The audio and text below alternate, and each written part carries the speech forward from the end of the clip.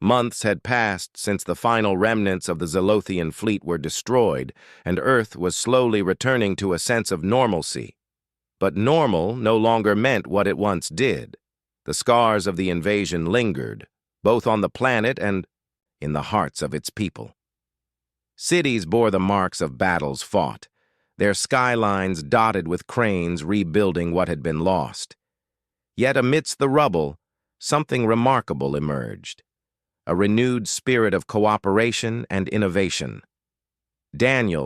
Carter spent his evenings scanning the stars, but his focus had shifted. No longer content with simply observing, he joined a global network of amateur astronomers who shared data and insights about phenomena beyond Earth. Their goal was simple: to understand the universe better and prepare for whatever might come next. Daniel's discovery of the faint glimmer near the moon during the invasion had sparked curiosity not just in him, but in others like him. They called themselves the Stargazer Collective, united by a shared mission to protect humanity from future threats.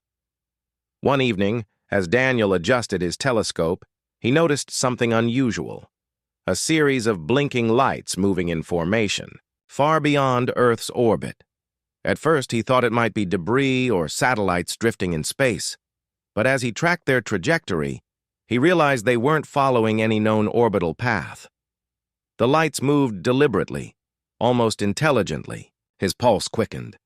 Could this be another alien presence? Daniel immediately contacted General Rachel Monroe, who had become an advisor to Project Sentinel even after her retirement. Though she listened patiently to his report, she didn't dismiss his concerns as paranoia. Instead, she ordered a team of scientists, including Laura Bennett, to investigate further. Laura analyzed the data Daniel provided, cross-referencing it with readings from deep space probes. What she found sent chills down her spine. The objects were indeed artificial, and they were approaching Earth at an alarming speed. Unlike the Zylothians, whose arrival had been slow and calculated, these newcomers seemed intent on reaching the planet quickly. Were they allies, or yet another threat? General Monroe convened an emergency meeting with world leaders. "We don't know their intentions yet," she said, her voice steady but urgent. "But we can't afford to wait until they arrive. We need to be ready for anything." The decision was made to send out a reconnaissance mission. Captain Ethan Cole volunteered to lead the operation, despite having retired from active duty months earlier. He believed that someone with combat experience should oversee the mission, especially given the uncertainty surrounding the new arrivals. His squadron consisted of some of the best pilots humanity had to offer, including Private Ryan Mitchell, who had proven himself time and again during the war. As Ethan's team prepared for launch, tensions ran high. The memories of the Zylothian invasion were still fresh, and the thought of facing another alien force filled many with dread. But there was also a sense of determination, a collective resolve not to let fear dictate their actions. Humanity had faced extinction before and survived. If necessary, they would do so again. The journey into deep space was long and silent. Ethan's team maintained radio silence to avoid detection, relying on stealth technology to mask their presence. As they approached the mysterious fleet, they activated their sensors, gathering as much data as possible without revealing themselves. What they saw was both awe-inspiring and terrifying. The alien ships were unlike anything humanity had encountered before. Sleek and organic in design, they seemed to pulse with energy, as if alive. Their size dwarfed even the largest Zylothian vessels, and their movement suggested advanced propulsion systems far beyond human understanding. Most unsettling of all, they showed no signs of hostility, but neither did they appear friendly. Ethan signaled for his team to hold position while he attempted to establish communication. Using frequencies derived from Laura Bennett's research, he transmitted a message in multiple languages, hoping to convey peace and curiosity.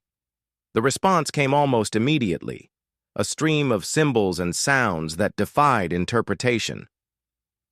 Back on Earth, Laura worked tirelessly to decode the transmission. With assistance from linguists and computer algorithms, she began piecing together fragments of meaning. The aliens identified themselves as the Zorathians, a nomadic species traveling through the galaxy in search of knowledge and resources. They claim no interest in conquest, but emphasize their right to explore uncharted territories. "They're not here to invade," Laura reported to General Monroe.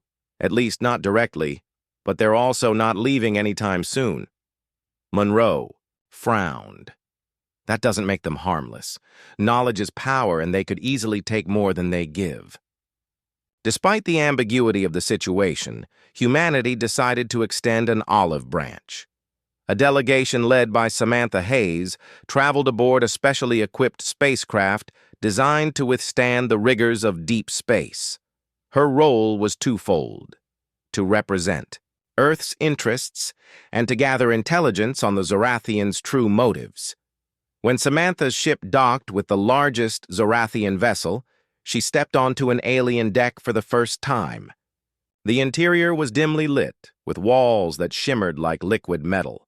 Strange creatures moved gracefully around her, their elongated limbs and glowing eyes marking them as distinctly non-human. One of them approached, emitting a series of melodic tones that translated into halting English. "We are explorers," it said. "Your world fascinates us." Samantha nodded, keeping her expression neutral. "We welcome peaceful exploration, but we must protect our home." The creature tilted its head as if considering her words. "Understood. We seek only to learn." Over the course of several days, Samantha engaged in cautious diplomacy, exchanging information about Earth's history and culture while learning about the Zorathians' way of life. She discovered that their society prized harmony above all else, viewing conflict as a failure of understanding. Yet she couldn't shake the feeling that they were holding something back. Meanwhile, on Earth, preparations continued in case diplomacy failed. Factories ramped up production of advanced weaponry, and military bases remained on high alert. Civilians, though reassured by official statements, braced themselves for the possibility of another invasion. Even Daniel Carter kept his telescope, trained on the skies, vigilant for any sign of trouble. As weeks turned into months, the Zorathians maintained a respectful distance from Earth, orbiting the planet, but making no aggressive moves. Their presence became a topic of debate worldwide.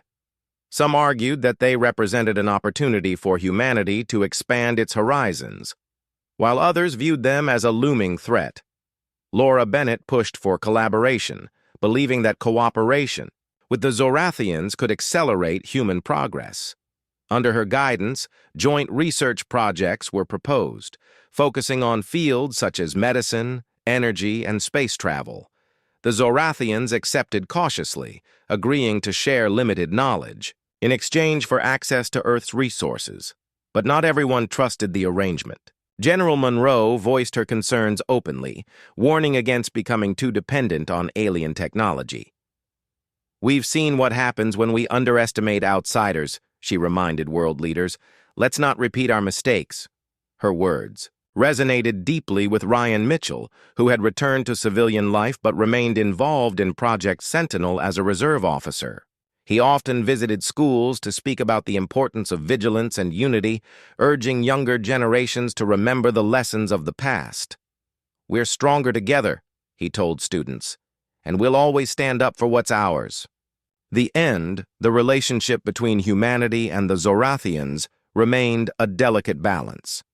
While trade and cooperation flourished, so did suspicion and caution. Both sides recognized the potential benefits of partnership, but also the risks. On a quiet night, Daniel Carter sat on his porch, gazing at the stars.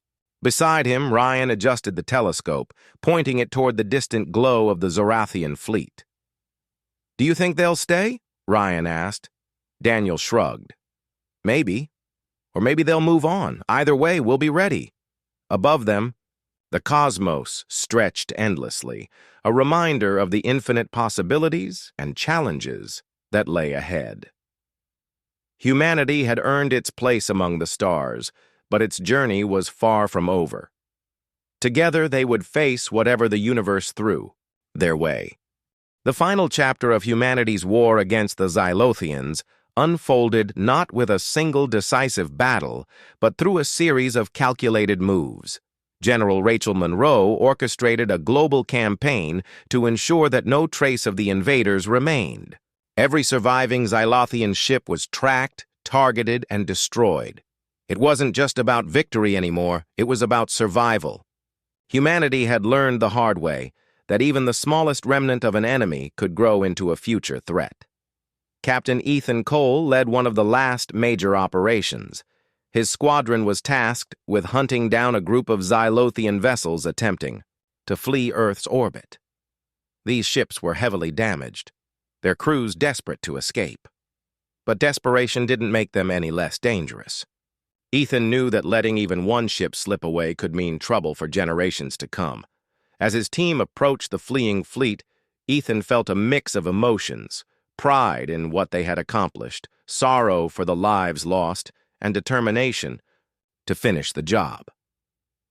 "Stay sharp," he said over the comms, his voice calm but firm.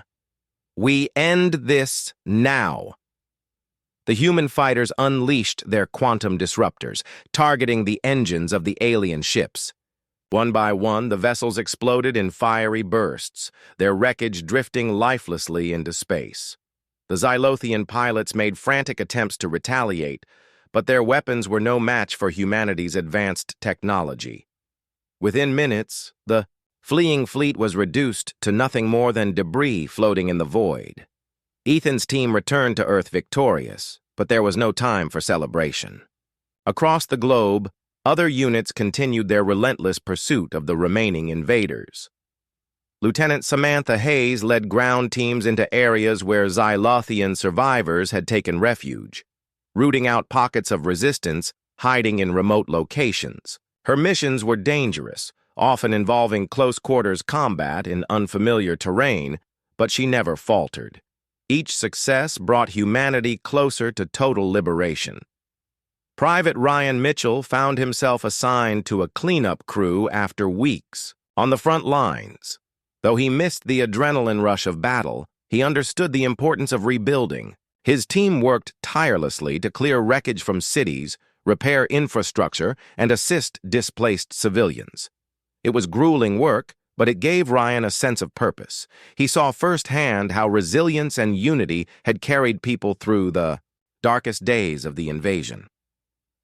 One day, while clearing rubble in downtown Chicago, Ryan stumbled upon something unexpected: a small child's toy buried beneath the debris. It was a plastic spaceship, cracked and dirty, but still recognizable. Ryan picked it up, examining it closely. The sight of it reminded him of why they had fought so hard. This world belonged to the next generation, and it was their duty to protect it. Meanwhile, Laura Bennett continued her work analyzing captured Xylothian technology. Her lab buzzed with activity as scientists pored over fragments of alien machinery, searching for ways to adapt it for human use. The discoveries were groundbreaking: new energy sources, advanced materials, and revolutionary medical applications. Laura marveled at the potential benefits these innovations could bring to Earth, but she also warned against complacency. "We can't afford to let this go to waste," she told General Monroe during a meeting. "This technology could change our future, but only if we use it wisely." Monroe nodded, her expression thoughtful. "You're right. We've been given a second chance, and we need to make the most of it." General Monroe addressed the world in a televised speech, standing before a backdrop of stars projected onto a massive screen. Her words were simple but powerful. "Today, we celebrate not just a victory, but a new beginning," she said. "We showed the galaxy that we are not to be underestimated, but let this also remind us of our responsibility to protect each other and stand united against any threat." Her message resonated deeply with people around the globe. Cities that had once been battlegrounds began to rebuild, bolstered by newfound unity and shared purpose. Factories that had churned out weapons now produced tools and supplies for reconstruction. Schools reopened, and children returned to classrooms, eager to learn about the heroes who had saved their planet. Daniel Carter watched the speech from his living room, feeling a mixture of pride and caution. He had played a small part in humanity's triumph, but he couldn't shake the feeling that the universe still held secrets far beyond comprehension.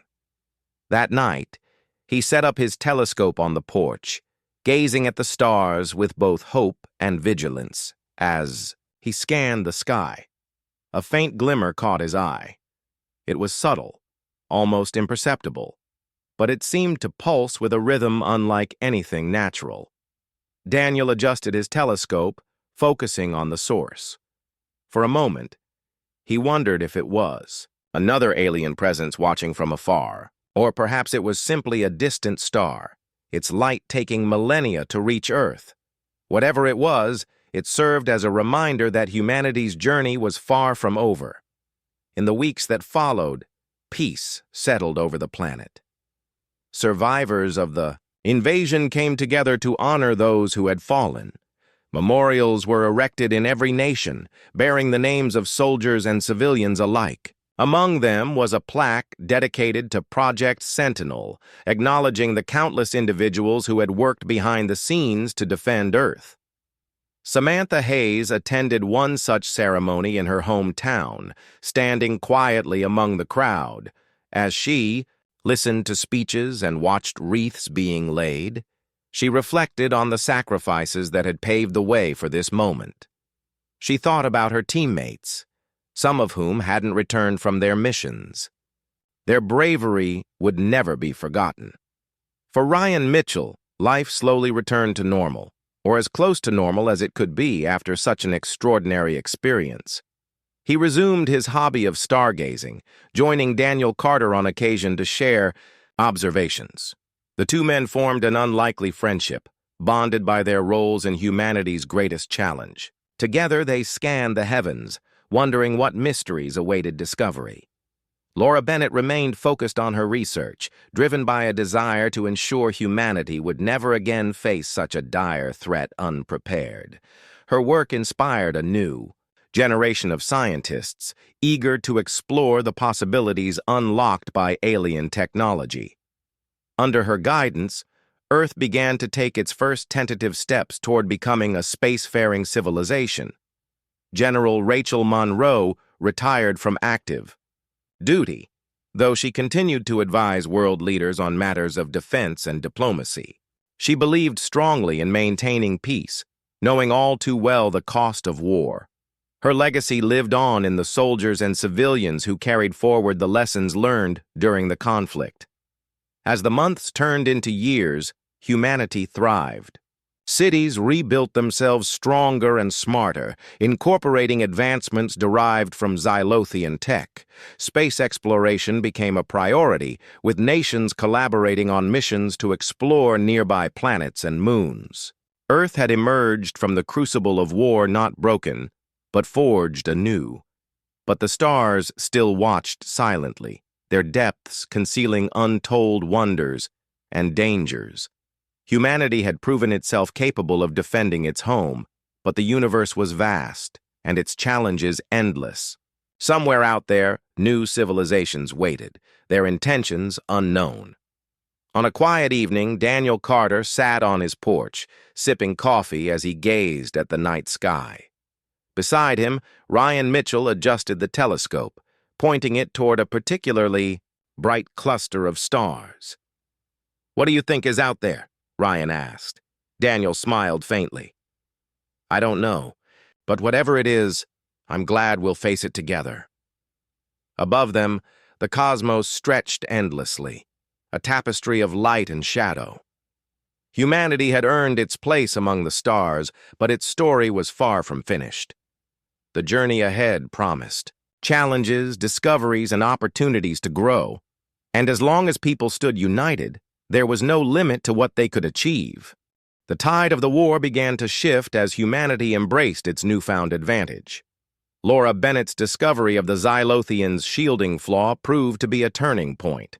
Factories that once produced cars, appliances, and other everyday goods were repurposed overnight to manufacture weapons calibrated to exploit this weakness. Soldiers received updated gear, and even civilians contributed by assembling components in makeshift workshops. General Rachel Monroe stood at the center of it all, coordinating efforts with precision. Her command center buzzed with activity as technicians monitored alien movements and strategists planned counterattacks. For the first time since the invasion began, hope filled the air. The Xylothians had underestimated humanity, and now they would pay for their arrogance. Captain Ethan Cole led one such mission, a daring strike against a heavily guarded Xylothian cruiser orbiting Earth. The ship served as a command hub, relaying orders to the rest of the fleet. If it could be neutralized, the invaders' coordination would crumble. Ethan's squadron, equipped with stealth fighters and quantum disruptors, prepared for what might be their most dangerous operation yet. Before launching, Ethan addressed his team. "This isn't just about winning a battle," he said, his voice steady but firm. "It's about showing them we're not afraid. We fight for every man, woman, and child on this planet." His words resonated deeply with Private Ryan Mitchell, who had grown more confident with each passing day. What started as fear had transformed into determination. He nodded, gripping the controls of his fighter as the countdown began. When the signal came, the squadron launched into space, leaving Earth's atmosphere behind. As they approached the cruiser, Ethan's team activated their cloaking devices, rendering their ships invisible to the enemy. The Xylothians remained, oblivious, their focus on the ongoing battles below. Ethan guided his team through a maze of smaller vessels surrounding the cruiser, careful to avoid detection. Once inside the cruiser's perimeter, the humans deployed quantum disruptors, devices designed to disable alien technology. The disruptors emitted pulses that caused the cruiser's systems to malfunction. Lights flickered, engines sputtered, and alarms blared as chaos erupted aboard the ship. Ethan signaled for his team to target specific sections of the cruiser, aiming to cripple its ability to communicate. Plasma bolts tore through the hull, creating breaches that sucked debris and unlucky aliens into the void of space. Despite the ferocity of the attack, the Xylothians fought back fiercely, deploying interceptor drones to hunt down the intruders. Ryan's heart raced as he dodged incoming fire, his fighter weaving through a storm of energy blasts. Sweat dripped down his face as he returned fire, taking out 2 drones with precise shots. "Got 'em!" he shouted over the comms, earning cheers from his teammates. But the battle wasn't without cost. One of the stealth fighters was hit, its pilot ejecting, moments before it exploded. Ethan gritted his teeth, knowing there was no time to mourn. "Stay focused," he ordered. "We finish this together." With the cruiser severely damaged, Ethan gave the order to retreat. As his team pulled away, the cruiser imploded in a spectacular display of light and sound, sending shockwaves rippling through space. Below on Earth, people watched the explosion with awe, unaware of the bravery that had made it possible. Back at headquarters, General Monroe reviewed the mission's success with satisfaction.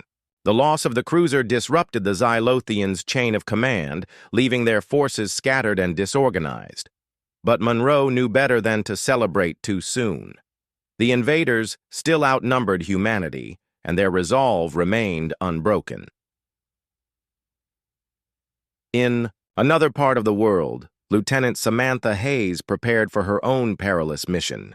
Tasked with infiltrating the largest Xylothian vessel, their mothership, she volunteered despite the overwhelming risks. Her objective was clear: plant a prototype weapon developed by Laura Bennett, capable of generating localized black holes. If successful, the device would destroy the mothership and deal a crippling blow to the Xylothian fleet. Samantha suited up, checking her equipment one last time. Her single-person craft, small enough to slip past enemy defenses, awaited her on the launch pad. Before climbing aboard, she glanced at a photo tucked into her helmet. A picture of her family, She whispered a silent promise to return home, then stepped inside the cockpit. The journey to the mothership was tense. Samantha navigated through dense fields of debris and evaded patrols, her hands steady on the controls.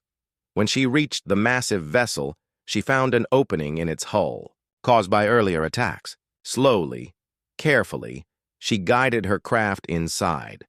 Inside the mothership, Samantha moved like a ghost, avoiding detection as she made her way to the ship's core. The device needed to be placed near the power source to maximize its effect. Every step felt heavier than the last, the weight of her mission pressing down on her shoulders. Finally, she reached the chamber housing the reactor. Placing the device required precision. Samantha worked quickly, attaching the weapon to the reactor's frame. A timer counted down from 10 minutes, giving her just enough time to escape. As she turned to leave, however, she heard footsteps echoing down the corridor. Zalothian soldiers were approaching. Thinking fast, Samantha hid behind a console, holding her breath as the soldiers passed. They didn't notice her, too preoccupied with repairing damage elsewhere. Once they were gone, she sprinted back to her craft, her heart pounding. With seconds to spare, she launched herself out of the mothership, narrowly avoiding defensive fire. Moments later, the device activated. A swirling vortex of energy formed at the ship's core, consuming everything around it. The mothership groaned under the strain, its structure buckling as the black hole expanded. Then, with a deafening roar, the vessel collapsed in on itself, disappearing entirely. The destruction of the mothership sent shockwaves through the Zalothian ranks. Without their flagship, their remaining forces struggled to regroup. Morale plummeted, and dissent spread among the crew. Subordinate officers questioned Commander Vrax's leadership, blaming him for the catastrophic losses. Mutiny brewed aboard several ships, further weakening their cohesion. On Earth, news of the victory spread like wildfire. Civilians celebrated. In the streets, waving flags and singing songs of triumph. Soldiers embraced one another, tears streaming down their faces. Even Daniel Carter, whose amateur observations had sparked early warnings, felt a surge of pride. Humanity had proven itself capable of standing toe-to-toe with an interstellar empire and winning. General Monroe addressed her staff, her expression grim despite the success. "We've dealt them a heavy blow, but they're not defeated yet. Stay vigilant. This war isn't over until the last Zalothian leaves our skies." Laura Bennett echoed the sentiment, poring over data from the latest engagements. Though exhausted, she refused to rest, determined to uncover any remaining weaknesses in the enemy's technology. Her mind buzzed with possibilities, each new, discovery bringing humanity closer to total victory. Private Ryan Mitchell reflected on how far he'd come since the invasion began. Once unsure of himself, he now stood tall alongside his comrades, ready to face whatever challenges lay ahead. The fear hadn't vanished entirely. It never would, but it no longer controlled him. Instead, it fueled his resolve to protect those he loved. As the sun rose over a battered but resilient Earth, humanity took stock of what they had achieved. Cities bore scars from battles fought, and countless lives had been lost. Yet amid the devastation, a sense of unity emerged. People from all walks of life had come together, proving that when faced with extinction, humanity could rise above its differences. But unknown to anyone, a faint glimmer appeared in the distant reaches of space. A reminder that the universe held secrets far beyond what humanity understood. The Zalothians may have been beaten, but the stars still watched, silently waiting to see what Earth would do next. The first wave of Zalothian drones descended like a swarm of metallic insects, their sleek shapes glinting in the moonlight. They moved with precision, scanning the ground below as if searching for something specific. The humans watched from concealed positions, their weapons ready but their hearts pounding. This was it, the moment they had trained for. Private Ryan Mitchell crouched behind a pile of rubble on the outskirts of Chicago, his finger hovering over the trigger of his plasma rifle. His team had been tasked with defending a power station, one of many strategic locations targeted by the invaders. Ryan's breath came in short bursts as he tried to steady himself. He glanced at Captain Ethan Cole, who gave him a quick nod. "Stay calm," Ethan whispered. "We've got this." The drones landed in formation, their legs unfolding like spider limbs. They were smaller than the massive ships hovering above, the city, but they radiated an aura of menace. Their glowing red sensors scanned the area, and Ryan felt exposed despite the camouflage covering his uniform. For a moment, everything was silent. Then, without warning, the drones began moving toward the power station.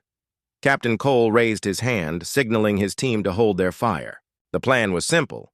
Wait until the drones were close enough to disable them all at once. If even one escaped, it could alert the larger fleet.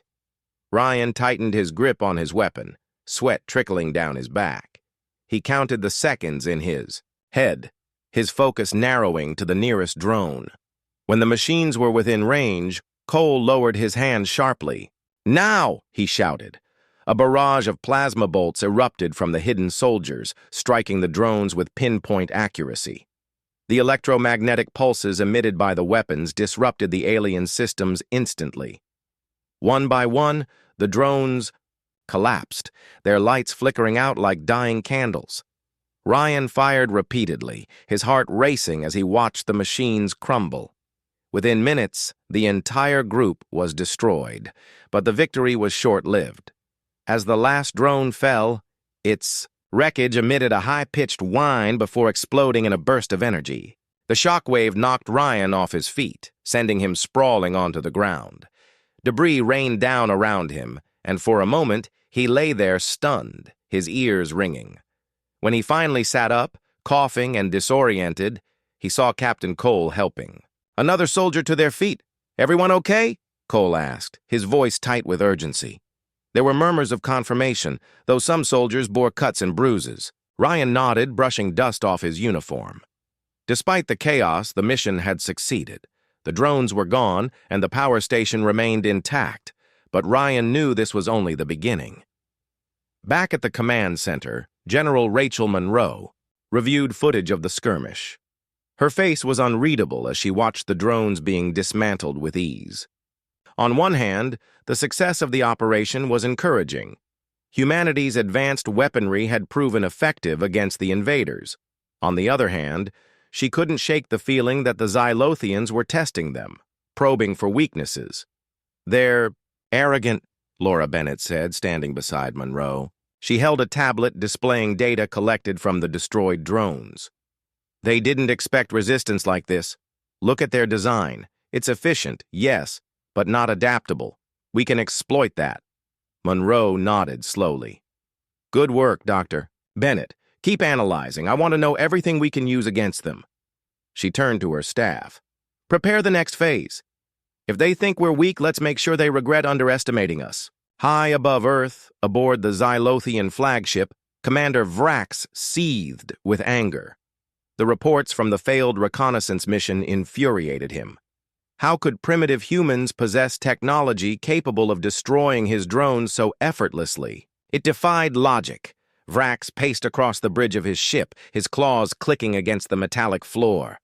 "This is unacceptable," he growled, addressing his subordinates. "Earth was supposed to be an easy conquest. Instead, these savages dare to resist us?" One of his officers hesitated before speaking. "Commander, perhaps we should reassess our strategy. Their weapons seem—" "Silence!" Vrax snapped, cutting him off. "I will not tolerate cowardice. We are the Xylothian Empire.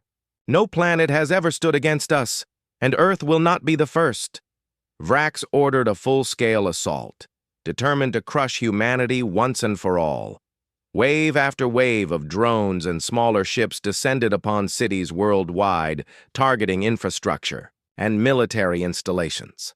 The skies lit up with explosions as humanity fought back with everything they had. In Paris, Lieutenant Samantha Hayes led a squad of soldiers through the streets, dodging blasts from alien weapons. Samantha was known, for her quick thinking and fearless leadership, traits that made her invaluable during combat. Her team had been assigned to protect a communications tower, a critical link in Project Sentinel's network. As enemy ships circled overhead, Samantha directed her soldiers to take cover behind abandoned vehicles and buildings. Plasma rifles crackled as they returned fire, forcing the aliens to retreat momentarily. But the Xylothians regrouped quickly, deploying reinforcements that overwhelmed the defenders. "We can't hold them here," one of the soldiers yelled, panic creeping into his voice. Samantha clenched her jaw. "Fall back to the secondary position," she ordered. "We'll regroup and hit them harder." Her team obeyed, retreating to a fortified bunker nearby. Inside, Samantha radioed headquarters for support while her soldiers reloaded their weapons. Reinforcements arrived just in time, turning the tide of the battle. Together, they pushed the Xylothians back, reclaiming the communications tower at great cost. Across the globe, similar scenes played out. In Sydney, civilians joined forces with local militias to fend off invaders using makeshift weapons and sheer determination. In Moscow, tanks equipped with experimental railguns took down enemy ships with devastating efficiency. Every victory, no matter how small, boosted morale and proved that humanity wouldn't go down without a fight. Meanwhile, Daniel Carter found himself drawn into the conflict in unexpected ways. After witnessing the initial invasion, he had volunteered to assist a civilian support team responsible for maintaining communication networks. Though he lacked combat training, his knowledge of astronomy and engineering made him a valuable asset. One night, as Daniel worked to repair a damaged satellite dish, he noticed something peculiar on his laptop screen. Bursts of energy emanating from the moon's surface suggested the presence of Xylothian supply depots.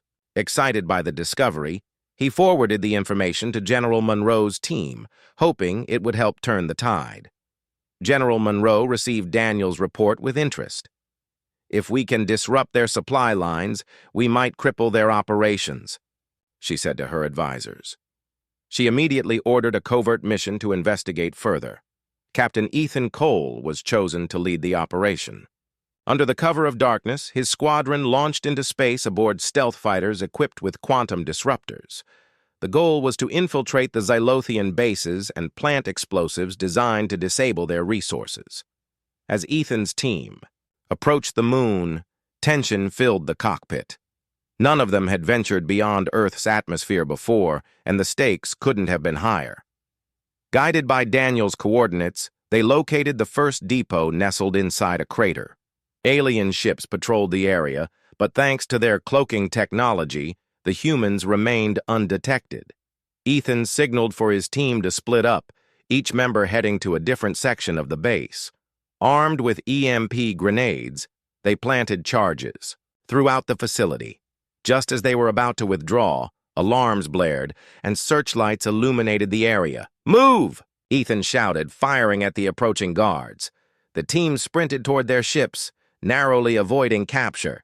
As they lifted off, the charges detonated, creating a chain reaction that obliterated the depot. Cheers erupted over the comms as the pilots celebrated their success. But the real breakthrough came when Laura Bennett analyzed the data recovered from the destroyed drones and supply depots. She discovered a flaw in the Xylothians' shielding technology, a frequency that, when targeted, caused catastrophic failures. With this knowledge, humanity gained a decisive advantage. General Monroe wasted no time implementing the new strategy. Orders went out to all units to recalibrate their weapons to exploit the vulnerability. The Xylothians, unaware of what awaited them, continued their relentless attacks. Unbeknownst to humanity, however, Commander Vrax was growing desperate. Reports of mounting losses poured in, shaking his confidence. For the first time, doubt crept into his mind. Could Earth truly pose a threat to the mighty Xylothian Empire? Little did he know, the worst was yet to come. It was a quiet evening in the small town of Willow Creek, where Daniel Carter sat on his porch with a cup of coffee. The air was cool, and the sky was clear. perfect for stargazing. Daniel loved looking at the stars. Ever since he was a child, he had been fascinated by the mysteries of space. He often spent hours sitting outside with his old telescope, searching for anything unusual. That night, something unusual caught his eye.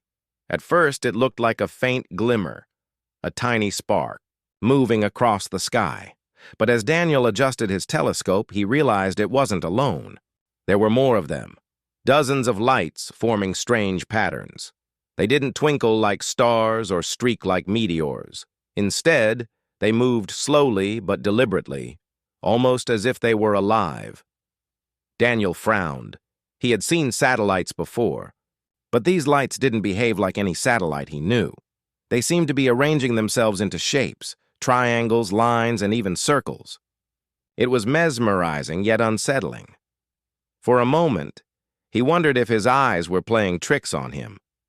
But when he blinked and looked again, the lights were still there, glowing softly against the dark expanse of the universe. Curiosity got the better of him. Daniel grabbed his phone and snapped a few pictures, hoping to zoom in later. Then he went inside to check online forums dedicated to astronomy enthusiasts. Maybe someone else had noticed the same thing. As he scrolled through posts, he found nothing. No one seemed to have reported anything unusual about the night sky. But Daniel wasn't the only one who saw the lights. Across the globe, people were noticing them too. In Tokyo, a young woman named Aiko Tanaka stepped out onto her balcony and gasped at the sight. She quickly recorded a video and uploaded it to social media, tagging friends to see if they could explain what she was seeing. In London, an elderly man named Harold Jenkins stared through his binoculars, muttering to himself about how such formations couldn't possibly exist naturally. By morning, news outlets around the world were buzzing, with reports of strange lights in the sky. Some speculated it was a secret military experiment gone wrong. Others joked that aliens were finally making contact, but no one had answers, and the uncertainty only fueled the growing sense of unease. Laura Bennett woke up to a flurry of emails from colleagues all over the planet. As a senior scientist at NASA, she was used to dealing with unexplained phenomena, but this was different. The sheer number of sightings was unprecedented. More importantly, radar systems across multiple continents had picked up something massive entering Earth's atmosphere. Whatever it wasn't natural. Laura rushed to her office, where teams of researchers were already analyzing data. Screens displayed maps covered in red dots marking locations where the lights had been spotted. Satellite images showed blurry, shapes descending toward Earth. Laura leaned closer, squinting at the screen. "This can't be right," she muttered under her breath. The objects were enormous, far bigger than any known spacecraft. As the day wore on, the tension escalated. Around noon, the skies above major cities began to darken. Massive ships appeared, hovering silently above landmarks like the Statue of Liberty, the Eiffel Tower, and the Great Wall of China. People stopped in their tracks, staring upward in awe and fear. Phones lit up as millions tried to capture the moment, sharing videos and photos online. Then came the message. A deep, resonant voice boomed from speakers embedded in the alien ships.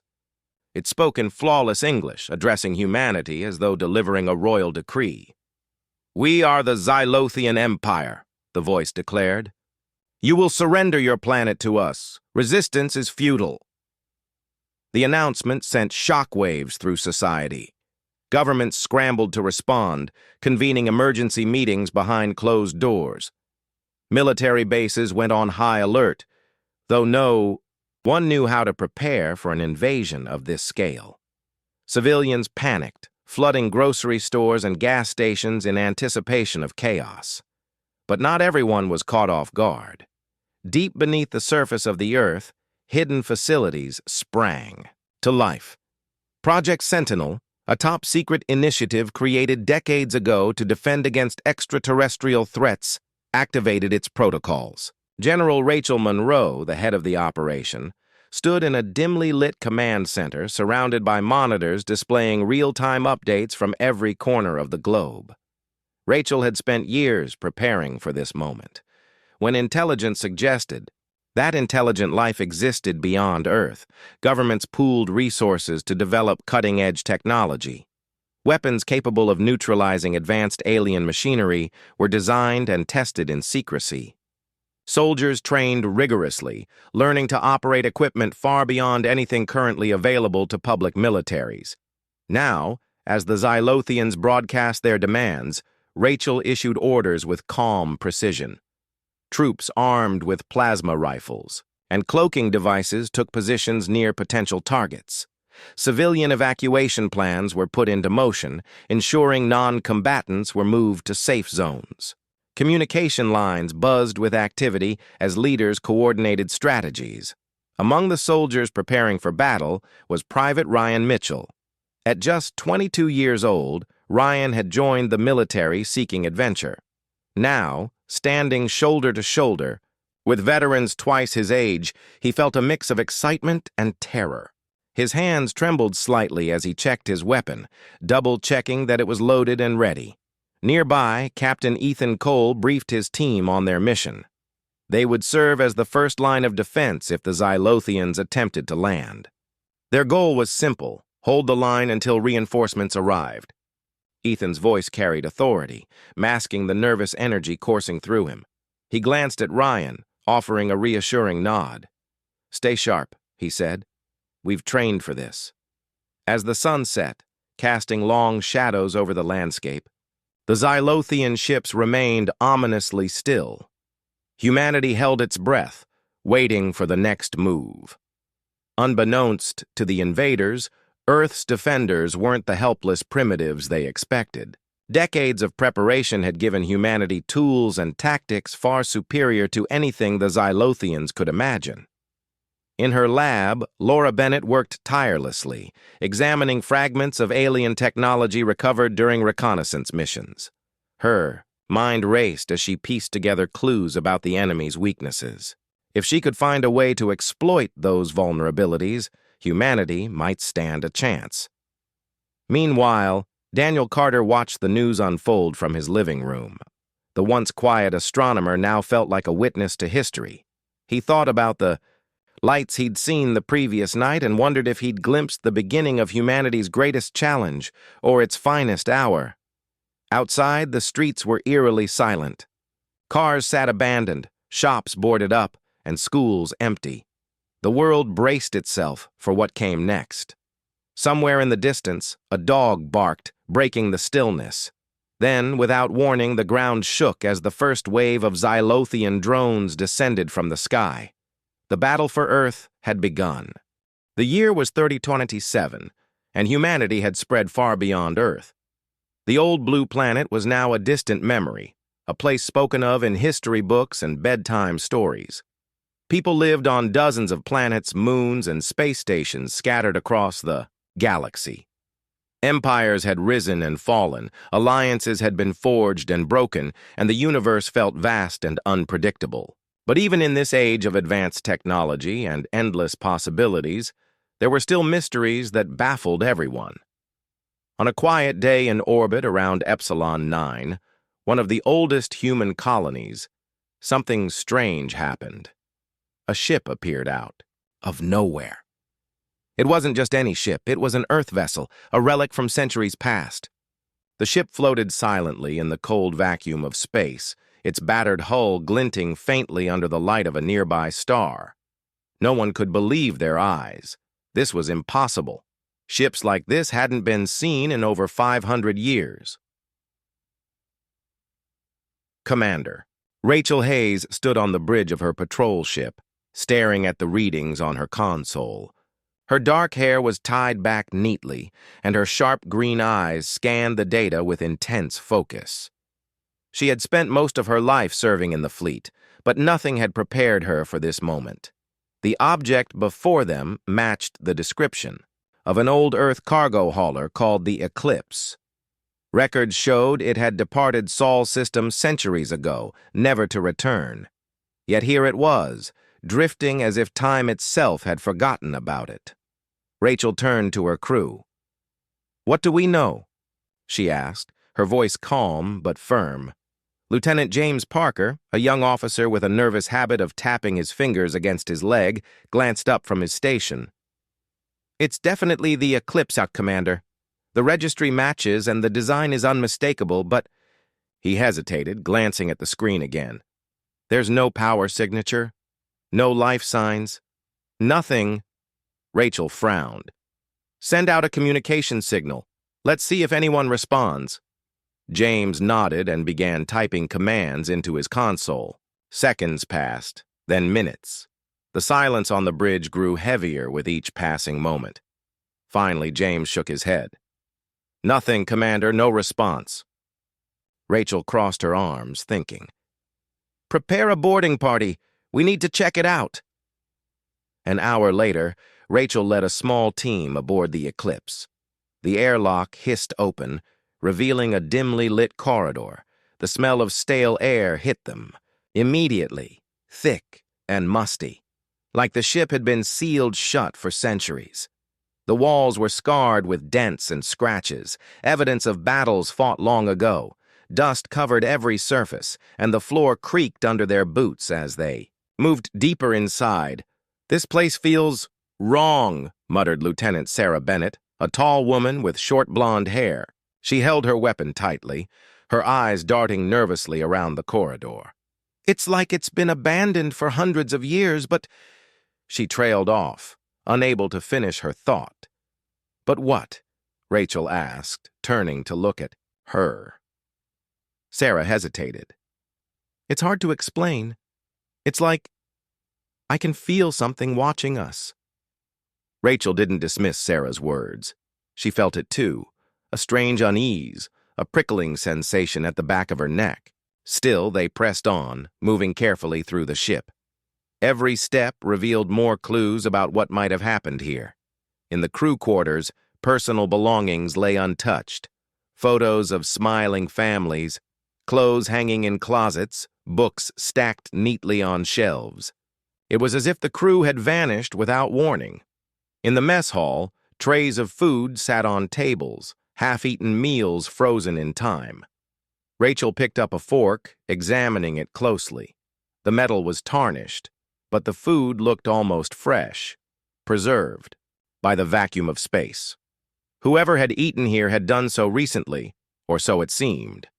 Time aboard the Eclipse didn't make sense. As they explored further, the team noticed something else, a faint hum. At first, it was barely audible, like the distant buzz of machinery. But the deeper they went, the louder it became. It resonated through the walls, vibrating in their chests.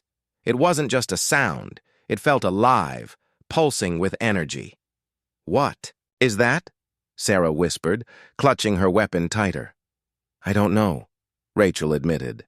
"But we need to find out." They followed the source of the hum to the engine room. The massive chamber was filled with twisted metal and shattered equipment, evidence of some catastrophic event. In the center of the chaos stood a glowing sphere, hovering silently in mid-air. Its light pulsed rhythmically, matching the hum that filled the room. Rachel approached cautiously, her heart pounding in her chest. "Stay back," she ordered, raising a hand to stop the others. "We don't know what this is." But the sphere didn't react. It simply hovered there, radiating warmth and energy. Rachel reached out tentatively, her fingers brushing against its surface. For a brief moment, she saw flashes of images, faces, voices, places she didn't recognize. Then, as quickly as it started, the vision ended, leaving her disoriented and breathless. "Commander!" Sarah called out, snapping Rachel back to reality.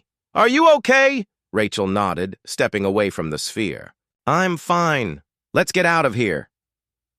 Back on their patrol ship, the team debriefed. Everyone agreed. The Eclipse was unlike anything they'd ever encountered. It was as if the ship existed outside the flow of time, untouched by the Centuries that had passed since its disappearance. But the real mystery was the crew. Where had they gone? And why had the ship returned now, after all these years? News of the discovery spread quickly. By the time Rachel returned to Epsilon 9, the entire colony was buzzing with rumors. Some people believed the Eclipse was a ghost ship, cursed and haunted by the spirits of its lost crew. Others thought it was a message sent by some unknown force to warn humanity of impending danger. Whatever the truth was, one thing was certain. The reappearance of the Eclipse had shaken everyone to their core. As Rachel stepped off the shuttle and onto the station's docking bay, she couldn't shake the feeling that they were only scratching the surface of a much larger mystery. Something was coming, something big. And the Eclipse was just the beginning.